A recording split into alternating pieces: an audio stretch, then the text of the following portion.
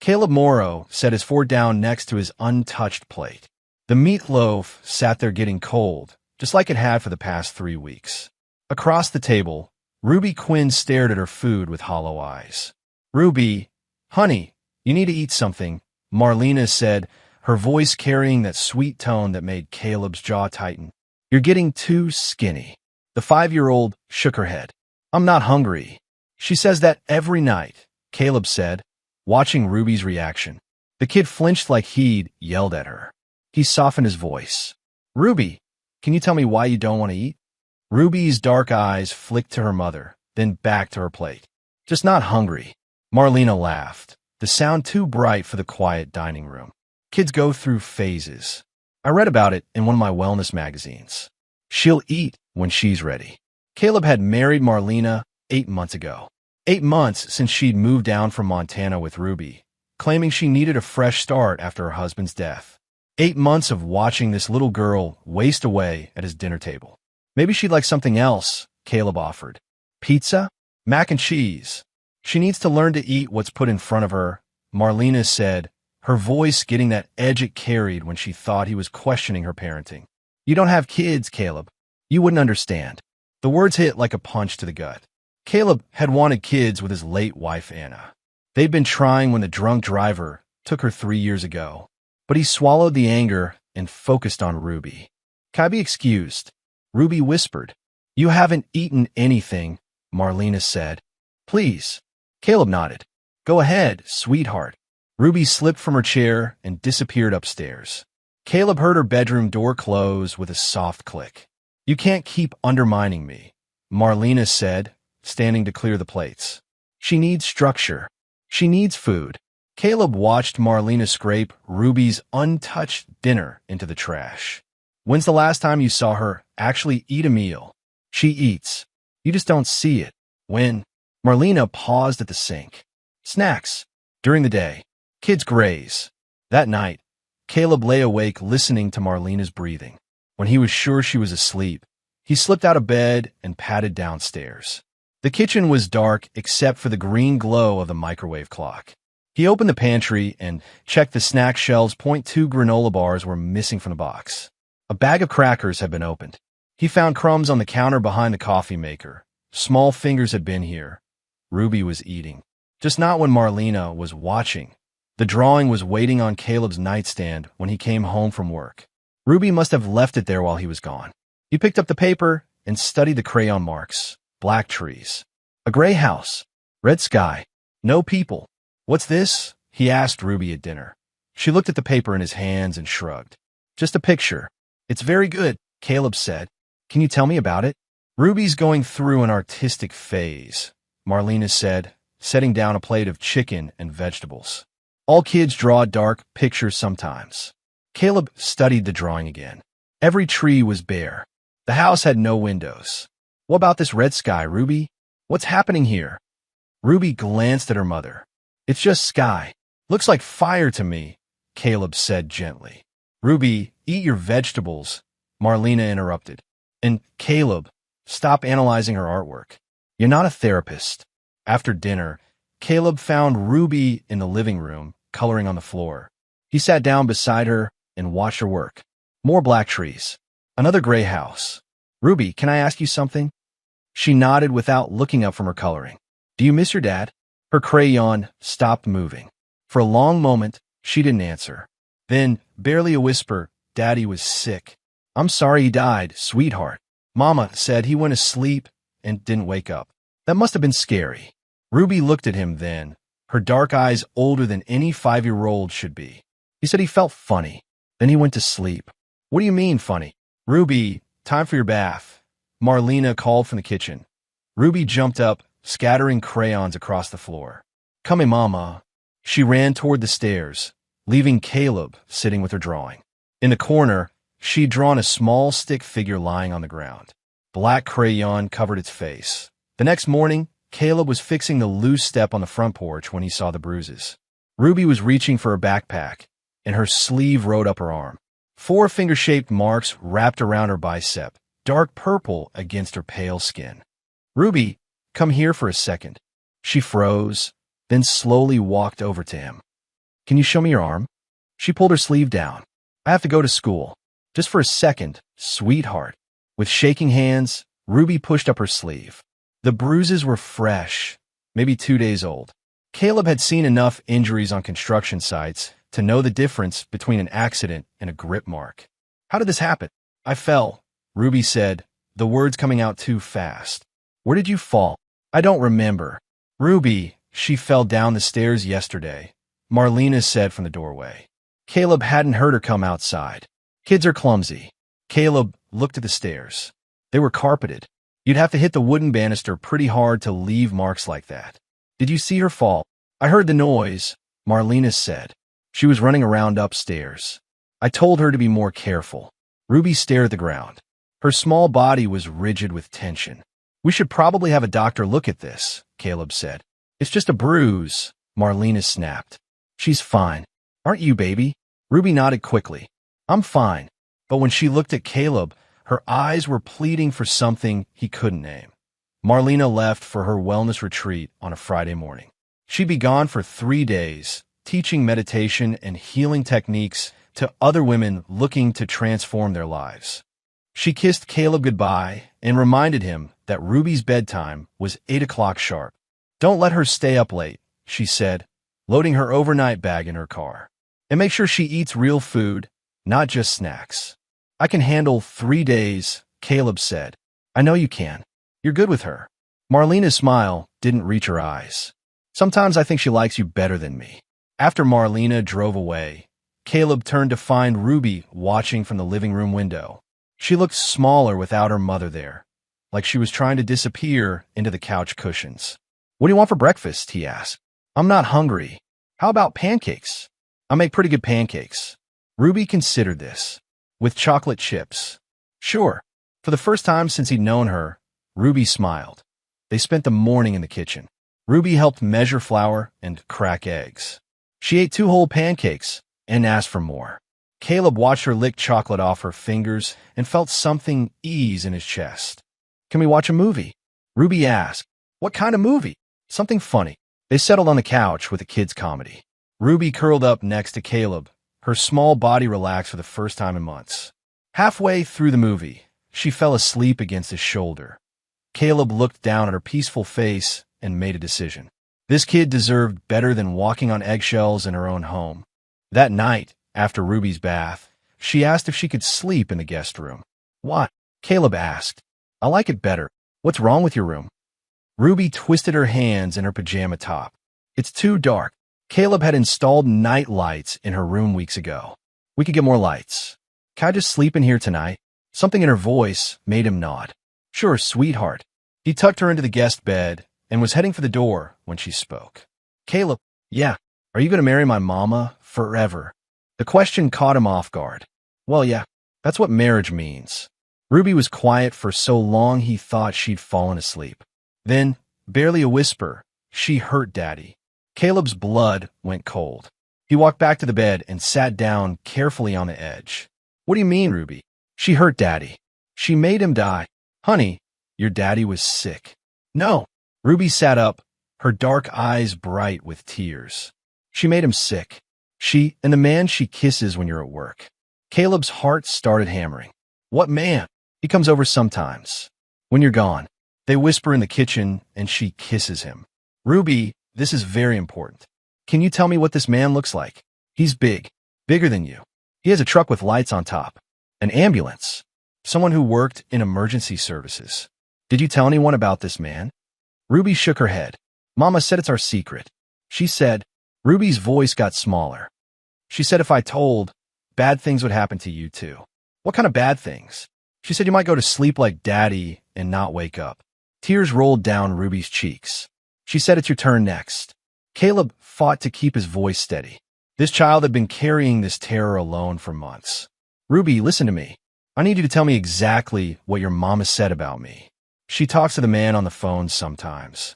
She says you're almost ready, that you'll go to sleep soon, and then we'll move far away and I'll never see you again. Caleb's mind was racing.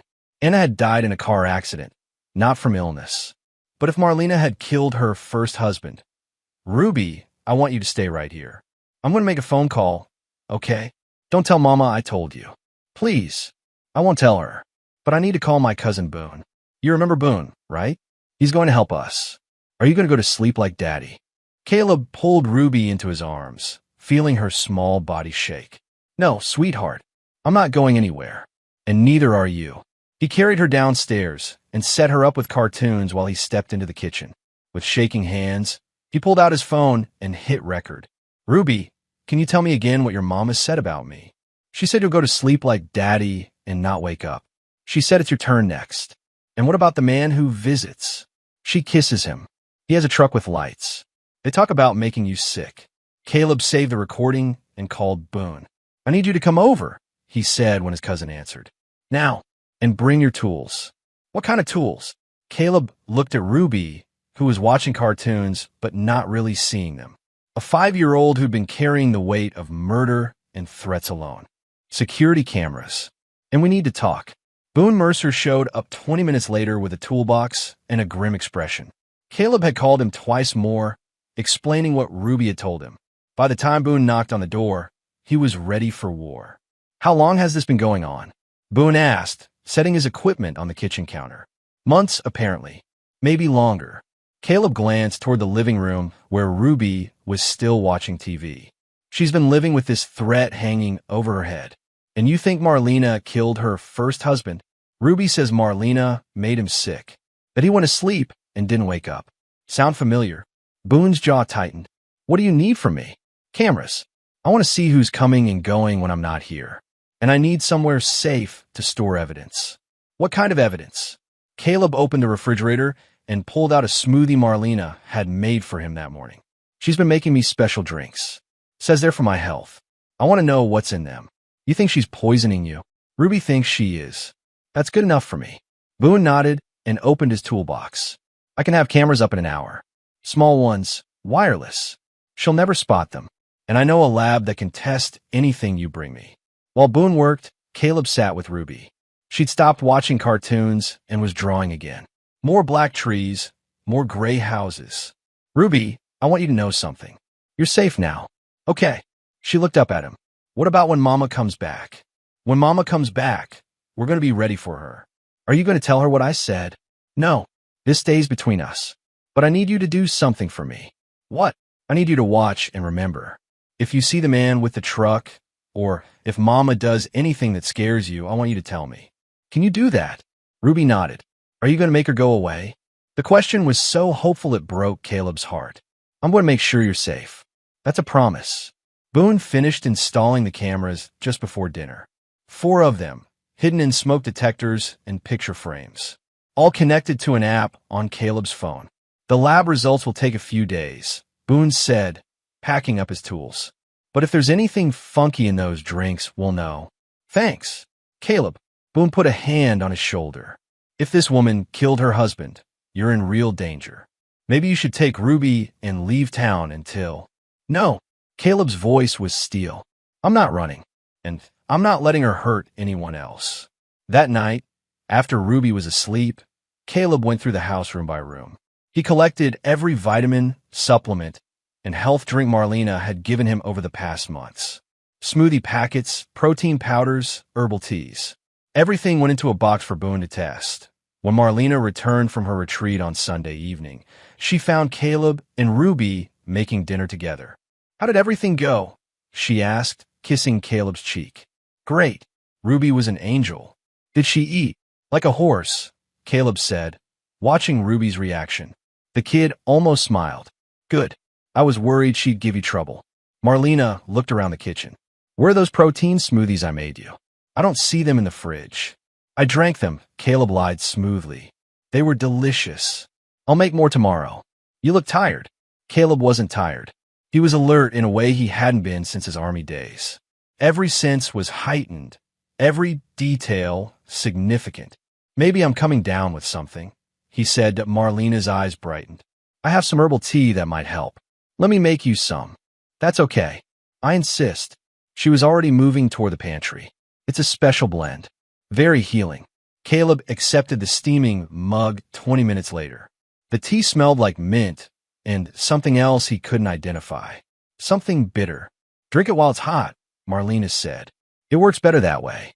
Caleb lifted the mug to his lips and pretended to drink. When Marlena turned away, he poured the tea into the sink and filled the mug with water. Feeling better already, he said. That night, he saved a sample of the tea in a small container. Whatever game Marlena was playing, he was done being a pawn. Monday morning, Caleb called in sick to work and drove Ruby to school himself. Usually Marlena handled drop-off and pickup, but today, Caleb wanted to talk to Ruby's teacher. Mr. Morrow, Ms. Delaney said when he approached her classroom. I wasn't expecting to see you. I wanted to check in about Ruby. How is she doing in class? Ms. Delaney glanced around, then gestured for him to step into the hallway. Can we speak privately? They walked to a quiet corner near the library. Ms. Delaney was young, maybe late 20s, with kind eyes behind wire-rimmed glasses. Ruby is a bright child, she began carefully. But I have some concerns. What kind of concerns? She's very withdrawn. She rarely speaks in class, and when she does, it's barely above a whisper. She has trouble focusing, like her mind is somewhere else. Has she said anything about home? About her mother or me? Ms. Delaney hesitated. She did draw something last week that worried me. All the children were asked to draw their families. Ruby drew herself alone in a house. When I asked about her parents, she said they were too dangerous to draw. Caleb's stomach dropped. Did you report that? I documented it, but without more specific concerns. She looked at him carefully. Mr. Morrow, is everything okay at home? That's what I'm trying to figure out. Caleb made a decision. Would you be willing to write down your observations about Ruby's behavior? Dates, specific incidents, anything you think might be relevant. Is Ruby in danger? I don't know yet, but if she is, I want to be able to prove it. Ms. Delaney nodded. I'll get you everything I have. After leaving the school, Caleb drove across town to the offices of Dr. Patricia Vance, a child psychologist he'd found online. The receptionist told him Dr. Vance could see him immediately. I'm concerned about my stepdaughter, Caleb explained when he was seated in the doctor's office. She's showing signs of trauma, and I think she might be in danger. Dr. Vance was a woman in her 50s with silver hair and a direct manner. What kind of signs? Caleb described Ruby's behavior, her drawings, her fear of eating in front of her mother. He played the recording of Ruby's confession about Marlena hurting her father. This child is clearly traumatized, Dr. Vance said after listening. She's living in a state of hypervigilance. The bedwetting, the insomnia, the withdrawal, these are classic symptoms of ongoing psychological abuse. Can you see her? Officially, document what you find. Do you have legal authority to consent to treatment? I'm her stepfather. Her mother is... Caleb paused. Her mother might be the source of the trauma. In cases involving suspected child abuse, I can see a child without parental consent if there's immediate danger. But we need to involve Child Protective Services. Not yet. I need more evidence first. But if I can get her mother to agree to therapy, Dr. Vance handed him her card. Call me as soon as you can bring her in. This child needs help. That evening, Caleb approached Marlena about therapy for Ruby. Therapy? Marlena's voice sharpened. What for? She's having trouble adjusting. Ms. Delaney thinks it might help. There's nothing wrong with Ruby that a little time won't fix. She doesn't need therapy. It couldn't hurt. I said no. Marlena's mask slipped for just a moment, showing something cold underneath. Ruby is fine. You worry too much. But Caleb had seen enough. The way Marlena's whole demeanor changed when he mentioned therapy, the immediate defensiveness. She was afraid of what Ruby might say to a professional. You're right, he said. I'm probably overreacting. Marlena relaxed. You're still learning how to be a parent. It takes time. That night, Caleb called Dr. Vance back. She refused, he told her. But I think that confirms my suspicions. In that case, you need to document everything. The recording you played me is crucial, but you'll need more. Keep notes of Ruby's behavior. Take photos of any injuries. Save any evidence of threats or abuse. What about the claims Ruby made about her father's death? That would be a matter for law enforcement. If you believe a crime was committed, you should contact the police. I'm not ready for that yet, but soon. After hanging up, Caleb sat in his truck outside the house, watching the windows. Ruby's room was dark. Marlena's silhouette moved past the bedroom window, His phone buzzed with a text from Boone. Lab results are in. You need to see this. Caleb met Boone at a diner across town the next morning. His cousin's face was grim as he slid a manila folder across the table. The smoothies were clean, Boone said. But the tea. He opened the folder. Digitalis. Small amounts, but enough to make someone sick over time. Digitalis? It's from foxglove plants. Used in heart medication, but in the wrong doses it's toxic. Causes nausea, fatigue, irregular heartbeat. Eventually organ failure. Caleb stared at the lab report. She's been trying to kill me. Slow and steady. Make it look like natural causes. Boone's voice was tight with anger. How long has she been giving you this stuff? Months. Since we got married. Jesus, Caleb. What about Ruby's father? Can we find out how he died? I already started looking into that. Josiah Quinn died in Missoula, Montana, 14 months ago. Cause of death was listed as organ failure of unknown origin. Unknown origin? That's what made me dig deeper. I found the EMT who responded to the call. Guy named Tom Rodriguez. He's retired now, but he was willing to talk. Boone pulled out his phone and played a recording. Yeah, I remember that call, a man's voice said. Quinn, right? Something was off about the whole thing. The scene was too clean, you know? When someone dies from organ failure, there's usually signs of struggle, vomiting, that kind of thing. But this guy was just lying in bed like he'd gone to sleep. What about the wife? Boone's voice on the recording. She was calm. Too calm. Most people are hysterical when their spouse dies suddenly. But she was already talking about funeral arrangements. And she kept insisting he was a heavy drinker, which didn't match the toxicology report. What did toxicology show? No alcohol in his system. No drugs. Nothing that should have killed him. But the family refused an autopsy, and without evidence of foul play, the recording ended. Caleb felt sick. She killed him, he said. Looks like it. And now she's trying to do the same to you. We need to find this EMT from the night Josiah died. The one who isn't retired. Way ahead of you. Boone slid another paper across the table. Reese Maddox. He's the one who insisted Josiah was a drunk, even though toxicology proved otherwise. He's also been working the same shift pattern as Marlena's wellness trips. Caleb studied the photo Boone had printed from the EMT database. Reese Maddox was a big man with dark hair and cold eyes. Ruby's description of the man with the truck fit perfectly. We need to follow her, Caleb said. Already on it. I've got a GPS tracker on her car. When did you? This morning while you were at the diner. She's at the grocery store right now, but tonight when she thinks you're asleep, I bet she takes a drive. That evening, Caleb pretended to drink another cup of Marlena's special tea. He feigned drowsiness and went to bed early, claiming he felt unwell. Poor baby, Marlena cooed, stroking his forehead. You've been working too hard. Just rest. Caleb lay in bed with his eyes closed, listening to Marlena move around the house. At 11 o'clock, he heard her car start. His phone buzzed with a text from Boone. She's moving.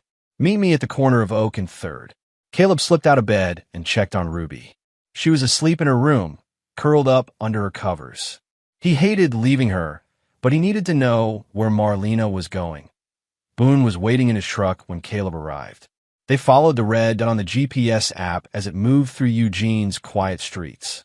She's heading toward the industrial district, Boone said. The dot stopped moving at a small house on the outskirts of town. Caleb and Boone parked a block away and walked closer, staying in the shadows. Through the front window, they could see Marlena in a man's arms.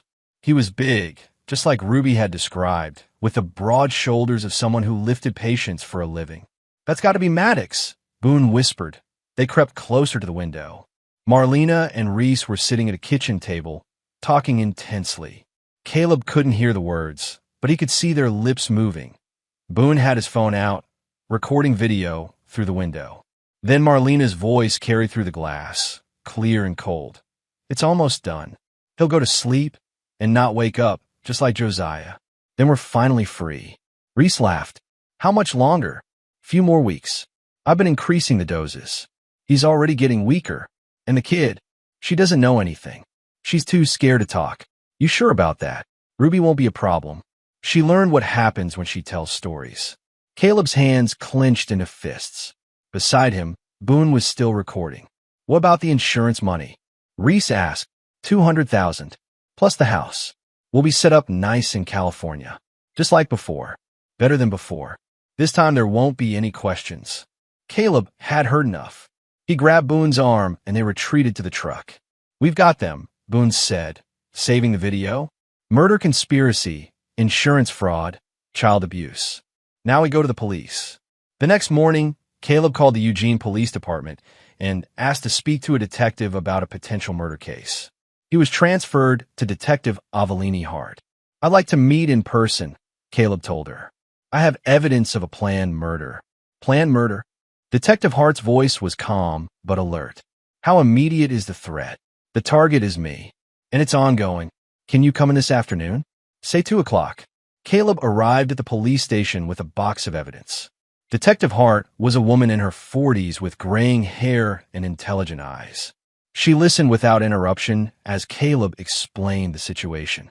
You have a recording of a 5-year-old claiming her mother killed her father, she said when he finished.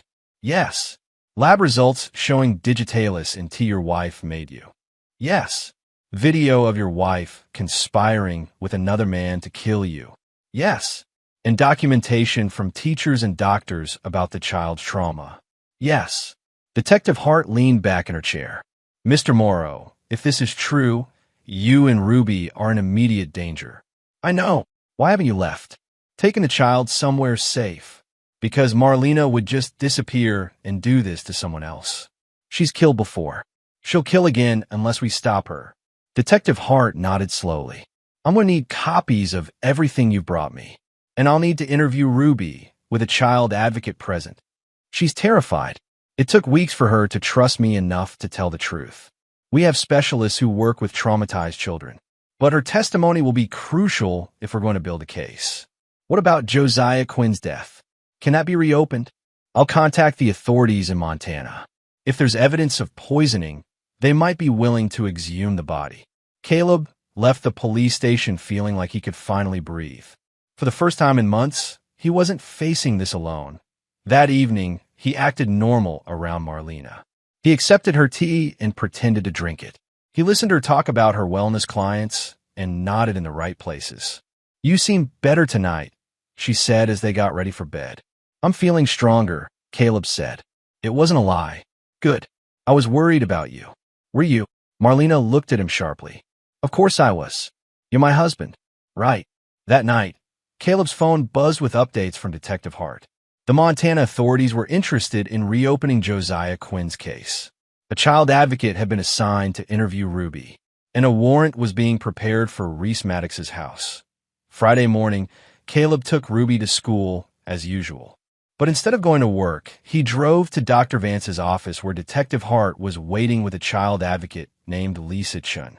Ruby, these people want to help you, Caleb explained as they sat in Dr. Vance's comfortable office.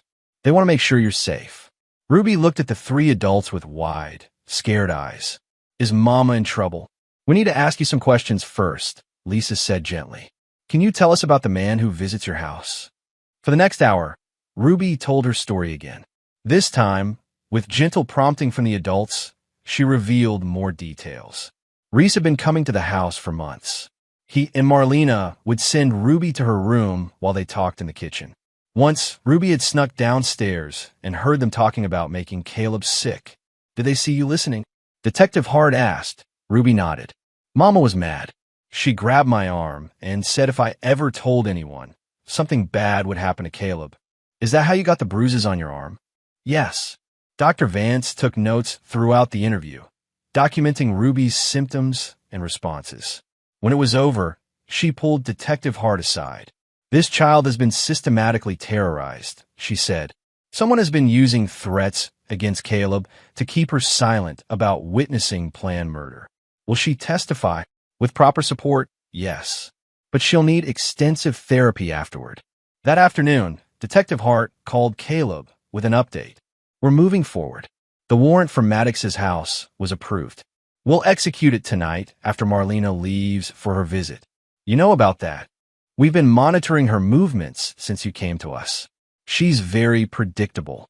What do you need me to do? Act normal. Don't let on that anything has changed.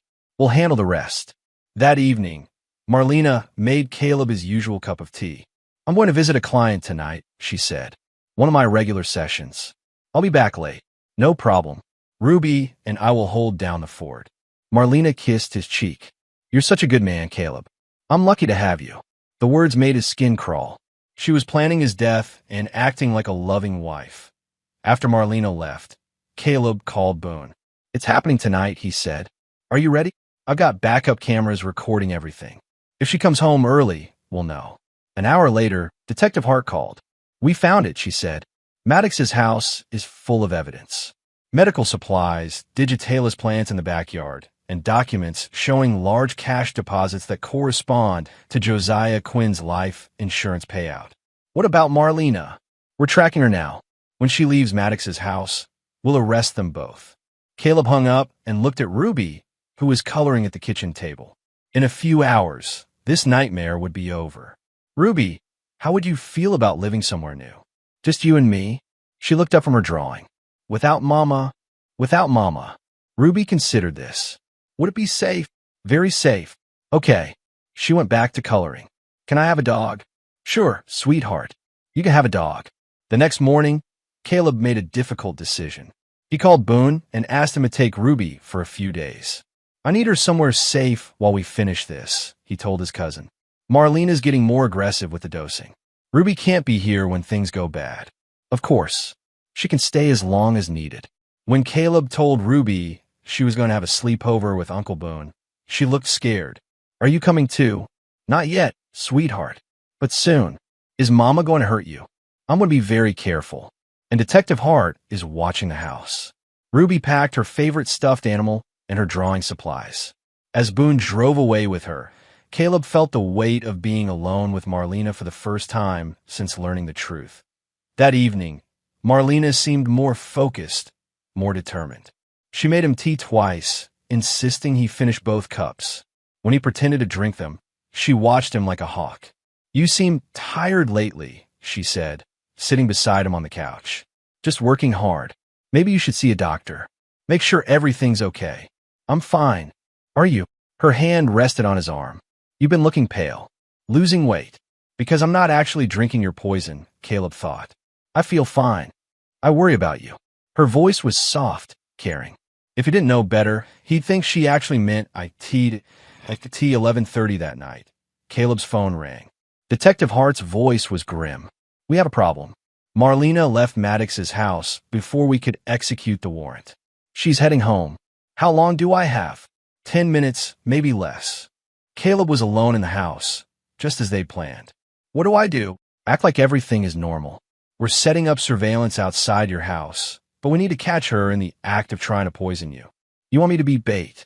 You'll be protected, but we need concrete evidence of attempted murder. Caleb heard Marlena's car in the driveway. She's here. Remember, act normal. We're watching. Marlena came through the front door, looking flustered. Why are you still awake? I was waiting for you. How was your client? Fine. Tiring. She looked around the room. Where's Ruby? Sleepover at Boone's house. She's been wanting to go for weeks. You should have asked me first. It was last minute. She called and begged to go. Marlena's expression tightened, but she nodded. She does love her Uncle Boone. You should get some sleep too. You look tired. I am tired, Caleb agreed. Maybe some of that tea would help. Of course. Marlena's smile was bright and dangerous. I'll make you a strong cup. Caleb watched her move around the kitchen, preparing his poison with practiced efficiency. This was what she'd done to Josiah. This was what she'd been doing to him for months. Here you go, she said, handing him the steaming mug. Drink it while it's hot. Caleb lifted the tea to his lips, knowing Detective Hart and her team were watching through the cameras Boone had installed. The bitter smell of digitalis was stronger tonight. Cheers, he said, and pretended to take a sip. Marlena watched him carefully. What does it taste? Perfect. Caleb set the mug down on the coffee table. Just what I needed. Good. Finish it all, okay? It'll help you sleep. I will. But Marlena didn't leave. She sat down next to him on the couch, her hand resting on his knee. Waiting. Drink your tea, she said softly. I'm letting it cool down a little. It works better when it's hot. Caleb picked up the mug again. Through the window, He could see shadows moving in his yard. Detective Hart's team was in position that he lifted the tea to his lips and tilted the mug, but didn't open his mouth. Tea spilled over his lips and down his chin. "Oops," he said, wiping his face. "I'm clumsier than usual tonight. Here, let me help." Marlena took the mug from his hands. "Open your mouth." She was going to force him to drink it. "Marlena, just drink the tea, Caleb." The sweetness was gone from her voice. She sounded cold, businesslike. This was the real Marlena, the one who'd killed her first husband and planned to kill him. "I don't want any more tea." "Yes, you do." She stood up, still holding the mug. "You're going to drink every drop." "No, I'm not." Marlena's mask fell away completely. Her face twisted with rage. "You stupid man. Do you think I've come this far to let you ruin everything?" Ruby stirred on the couch, waking up. She saw her mother standing over Caleb with the mug and let out a small whimper. "Mama, go to your room, Ruby." "What's happening?" "I said go to your room." Ruby scrambled off the couch and ran upstairs. Caleb heard her bedroom door slam. "Drink the tea," Marlena said again. "What's in it, Marlena?" "Medicine. To help you sleep. Like you helped Josiah sleep?" Marlena went very still. "What did you say?" "I know about the digitalis. I know about Reese. I know you killed your first husband." For a moment, Marlena just stared at him. Then she laughed. "You don't know anything," she said. "You're going to drink this tea, and tomorrow morning I'm going to find you dead in bed. Heart failure. So tragic. Ruby told me everything. Ruby is 5 years old. Who's going to believe her? The police will." Marlena's eyes narrowed. "What police?" Red and blue lights flashed through the front windows. Car doors slammed in the driveway. "Those police," Caleb said. Detective Hart burst through the front door with 3 uniformed officers behind her. Marlena dropped the mug, and poison tea splashed across the hardwood floor. "Eugene Police. Marlena Quinn, you're under arrest for attempted murder." Marlena backed toward the kitchen, her hands raised. "I don't know what you're talking about." "We have video of you conspiring with Reese Maddox to murder your husband. We have evidence that you poisoned Caleb Morrow and killed your first husband, Josiah Quinn." "That's impossible." Detective Hart pulled out her handcuffs. "Turn around and put your hands behind your back." "This is insane." "Caleb, tell them this is crazy." Caleb stood up slowly, feeling the weight of months of fear and anger. "No, Marlena, it's over. You bastard." Her voice turned venomous. "You've ruined everything. You ruined everything when you killed Josiah. When you threatened Ruby. When you tried to kill me. I never threatened that little brat." "We have recordings," Detective Hart said, snapping the handcuffs around Marlena's wrists. "Your stepdaughter has been very brave." Marlena's face twisted with rage. "Ruby is a liar. She's a damaged, lying little girl, and no one will believe her." "We believe her," Caleb said quietly. "And that's all that matters." While the officers processed Marlena, Detective Hart coordinated with the team searching the house. They seized Marlena's personal laptop and burner phone from her bedroom closet. "Check these for communications with Maddox," Hart told the tech specialist. 20 minutes later, the specialist called Hart over. "You need to see this." On the laptop screen was a message thread between Marlena and Reese. Hart read the most damning message aloud. Same formula as before. "Should take 3 to 5 weeks. He won't suffer." "That was sent 3 weeks ago," the specialist said. "Right around the time you say the poisoning escalated." As the officers led Marlena toward the door, she turned back to Caleb one last time. "You'll never be free of me," she spat. "Every time you look at that kid, you'll remember what I put you through." "No," Caleb said. "Every time I look at Ruby, I'll remember that we survived you." The door closed behind them, and suddenly the house was quiet. Caleb called Boone to tell him it was safe to bring Ruby home. The next morning, Detective Hart called with an update on Reese Maddox. "He ran," she said, "sometime during the night. Neighbors saw him loading his truck and speeding away." "Where would he go?" "Probably California. That's where he and Marlena were planning to disappear to. We've got an APB out on his vehicle. Is he dangerous? Potentially, but he's more likely to keep running than come back here. We'll find him." Caleb was making breakfast for Ruby when his phone rang again. This time it was Boone. "Turn on the news," his cousin said. Channel 12. Caleb found a remote and switched to the local news station. A reporter was standing outside the courthouse, talking about the arrest of a local woman for murder conspiracy.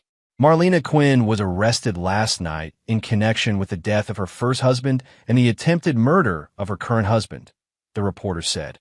Police say Quinn and her accomplice, EMT Reese Maddox, were planning to kill Kayla Morrow for insurance money. Maddox remains at large. Ruby looked up from her cereal. Is that about Mama? Yes. Will everyone know what she did? Yes. Ruby considered this. Good. People should know. At noon, Detective Hart called again. We got him, she said. Maddox was pulled over for speeding outside Sacramento. When the officer ran his plates and saw the APB, Maddox tried to run on foot. Did he resist? He tried. Didn't get far. He's in custody and they're bringing him back to Oregon. What happens now? He'll be charged as an accessory to murder in Josiah Quinn's death and conspiracy to commit murder in your case. With Marlena's testimony against him, or his testimony against her, we should have solid cases. Will they turn on each other? Usually do. Honor among thieves only goes so far. 3 weeks later, Detective Hart called with unexpected news. Reese Maddox is dead, she said. What happened? Stroke. Happened in his cell yesterday morning. The stress of being arrested, probably. Sometimes that happens with career criminals when they finally get caught. What does this mean for Marlena's case? We still have his confession and all the physical evidence. The case against her is solid. That afternoon, Caleb took Ruby to see Dr. Vance. The child psychologist had been following the case and wanted to check on Ruby's mental state. How are you feeling about everything that's happened? Dr. Vance asked Ruby. Scared, Ruby said honestly, but also happy. Happy. Mama can't hurt anyone anymore. And Caleb is safe. Dr. Vance looked at Caleb. She's remarkably resilient, but she'll need ongoing therapy to process the trauma. Whatever she needs, Caleb said. There's something else, Dr. Vance said. Ruby has been carrying guilt about her father's death. She thinks she should have saved him. Ruby, you were just a little girl, Caleb said gently. What happened to your daddy wasn't your fault, but I knew Mama was hurting him. I should have told someone. Who could you have told? You were scared and alone. I could have been braver. You were brave, Caleb said. You saved my life by telling me the truth. You're the bravest person I know. 6 months later, Caleb sat in the courthouse watching Marlena's trial. She'd hired an expensive lawyer who was trying to paint her as a victim of Reese Maddox's manipulation. My client was coerced into this conspiracy, the lawyer argued. She was afraid for her life and the life of her daughter. The prosecutor, a sharp woman named Janet Mills, wasn't buying it. Ladies and gentlemen of the jury, the evidence will show that Marlena Quinn was the architect of not one, but 2 murder plots. She killed her first husband, Josiah Quinn, for his life insurance money. When that money ran out, she married Kayla Morrow and began slowly poisoning him as well. Ruby had testified via video link, with Dr. Vance beside her for support. Watching his stepdaughter describe the threats and abuse she'd endured had been one of the hardest things Caleb had ever done. She said if I told anyone about the man who came to visit, something bad would happen to Caleb, Ruby said in her quiet voice. She said he would go to sleep like my daddy and never wake up. The defense lawyer tried to discredit Ruby's testimony, arguing that she was too young and traumatized to be reliable. But the recording Caleb had made that first night was devastating evidence. She hurt Daddy. She made him die. She and the man she kisses when you're at work. The jury heard Marlena's own voice on the surveillance video, talking about Caleb's impending death with cold calculation. It's almost done. He'll go to sleep and not wake up, just like Josiah. Then we're finally free. When the medical examiner from Montana testified about the exhumation of Josiah Quinn's body, the courtroom was silent. We found significant levels of digitalis in the deceased's tissues, he said, enough to cause the organ failure that killed him. Reese Maddox had already pleaded guilty in exchange for a reduced sentence. His testimony against Marlena was damning. She planned everything, he said from the witness stand. Josiah's death, Caleb's death. She said it was easy money and no one would ever suspect a grieving widow. Did she express any remorse for killing her first husband? No. She said he deserved it for not giving her the life she wanted. The trial lasted 3 weeks. When it was over, the jury deliberated for less than 2 hours. On the charge of first-degree murder in the death of Josiah Quinn, we find the defendant guilty. On the charge of attempted murder of Caleb Morrow, we find the defendant guilty. On the charge of conspiracy to commit murder, we find the defendant guilty. On the charge of child endangerment, we find the defendant guilty. The judge sentenced Marlena to life in prison without the possibility of parole for Josiah's murder, plus 25 years for the attempted murder of Caleb. Her parental rights to Ruby were permanently terminated. As the bailiff led Marlena away in shackles, she turned to look at Caleb one last time. Her face was twisted with hatred. "You'll never be free of me," she screamed. "Every time you look at her, you'll remember." Caleb stood up and met her eyes steadily. "Every time I look at Ruby, I'll remember that evil doesn't always win." 1 year after Marlena's conviction, Caleb and Ruby moved to a small house near Fern Ridge Lake, 20 minutes outside Eugene. The house had a big yard with old oak trees and a view of the water. Ruby had picked it out herself. "Can we really live here?" she'd asked when they first toured the property. "If you want to. It feels safe. That's all that matters." The adoption had been finalized 3 months earlier. Ruby was now legally Ruby Morrow, and Caleb was her father in every way that mattered. "Dad, can you help me with this?" Ruby called from the backyard. Caleb smiled every time she called him that. He found her trying to hang a rope swing from one of the oak trees. "This rope isn't long enough," she said, frowning at the tree branch. "I think I have some more rope in the garage." They spent the afternoon building the swing together. Ruby had grown in the past year, not just physically, but emotionally. The nightmares had stopped. She slept through the night in her own room. She laughed at silly jokes and asked for second helpings at dinner to Dr. Vance said Ruby was making remarkable progress, but that some effects of the trauma might surface later. Caleb was prepared for that. They would face whatever came together. "Dad," Ruby said as they tested the swing. "Yes, sweetheart. Do you think Mama will ever get out of prison?" "No. She's going to stay there for the rest of her life." "Good." Ruby pumped her legs, swinging higher. "I used to have nightmares that she would come back and hurt you. And now I dream about normal stuff. Like getting a dog." Caleb laughed. "Speaking of which, Boone found some puppies that need homes. Want to go look at them this weekend?" Really? Ruby jumped off the swing and threw her arms around him. "You're the best dad ever." That evening, they drove to the cemetery where Josiah Quinn was buried. Ruby had asked to visit his grave, something she'd never been allowed to do while Marlena was alive. The headstone was simple: Josiah Quinn, beloved father. Ruby knelt down and placed a drawing next to the flowers Caleb had brought. It showed 3 stick figures smiling under a blue sky herself. Caleb, and a man she'd never really known but remembered as kind. "Hi, Daddy," she whispered. "I'm okay now. Caleb takes care of me, and Mama can't hurt anyone anymore." She stood up and took Caleb's hand. "Can we go home now?" "Sure, sweetheart." Caleb looked down at the grave one more time, thinking about the man who had died, trying to protect his daughter from a monster. "You're safe now," he whispered, "and so is she." As they walked back to the truck, Ruby looked up at him. "Dad." "Yeah. Thank you for saving me. Thank you for saving me first." 2 weeks after Marlena's sentencing, Caleb was working in his home office when a registered letter arrived. Ruby was playing in the living room with her new puppy, Max, their golden retriever. "Registered letter," the mail carrier said, handing him an envelope. "Needs a signature." Caleb signed for the letter and looked at the return address.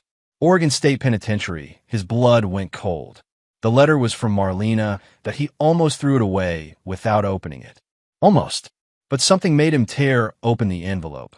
The letter was written in Marlena's neat handwriting. "Caleb, you won. I hope you're happy. Ruby will grow up thinking she saved you, but we both know the truth. You got lucky that I want you to know that I don't regret killing Josiah. He was weak. Just like you turned out to be weak when you let a child's lies destroy our marriage that I'll die in here. But you'll remember me every time you look at her. She'll always be the daughter of a murderer. That will never change. You think you've won, but you'll spend the rest of your life looking over your shoulder, wondering if there's someone else like me out there. Because there is. Enjoy your victory while it lasts. Marlena Caleb read the letter twice, then walked outside to his burn barrel. He struck a match and held it to the corner of the paper. The letter caught fire quickly, curling and blackening. As it burned, Caleb thought about the woman who had tried to destroy his life and Ruby's. Even from prison, she was trying to poison their future with threats and hatred. The last piece of the letter crumbled to ash. No second graves, Caleb said aloud, watching the smoke drift away on the wind. Ruby came home from school an hour later to find the treehouse finished. She climbed up the wooden ladder and peered out the window Caleb had cut in the wall. "It's perfect," she said, grinning down at him. "Can I sleep up here tonight? It gets pretty cold. I'll bring extra blankets." That night, Caleb checked on Ruby in her treehouse.